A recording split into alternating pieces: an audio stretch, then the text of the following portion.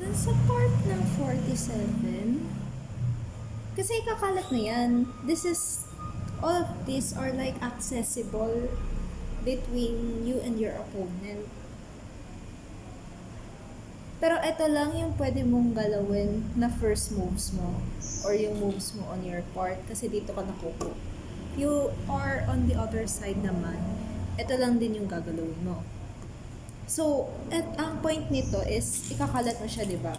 Let's start here. Sabihin natin, nag-end yung last shell mo dito on this side na to. You get a free turn to do any shell. To get any shell from any bahay na nandito sa side na to. Kasi this is only yung playable part mo. So, for example, I take this dito. So, I'm going to distribute it ulit across sa lahat ng bahay. Kasi hindi pwede na i-distribute mo lang siya on the other side lang. Kasi parang equal lang din kayo. The point is to get yung most of the shells dito sa side mo. So, parang i-distribute mo siya across the board. So, for example, my last move, mahuhulog siya dito. Since may mga shells pa doon on that part kung saan ko hinulog, I have to get it by the game rules and i-distribute ko ulit. So for example, I do that, na ulit siya, nag-fall ulit siya dito, I get another turn.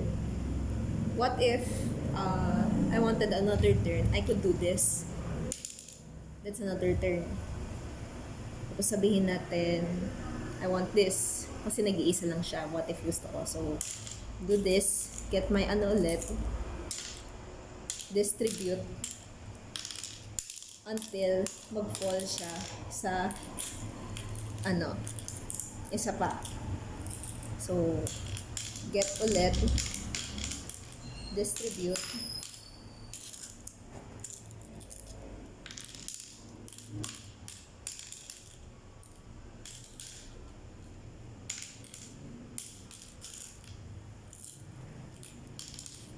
Until talaga mahulog siya sa isang empty na spot.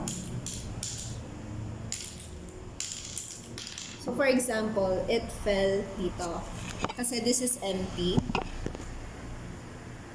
So technically, nag-end na yung turn ko dito.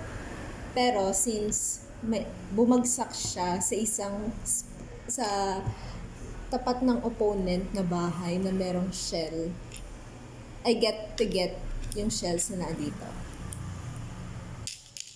Okay, scenario number 1. What if I'm on this side na to, pero ang last shell ko bumagsak dito?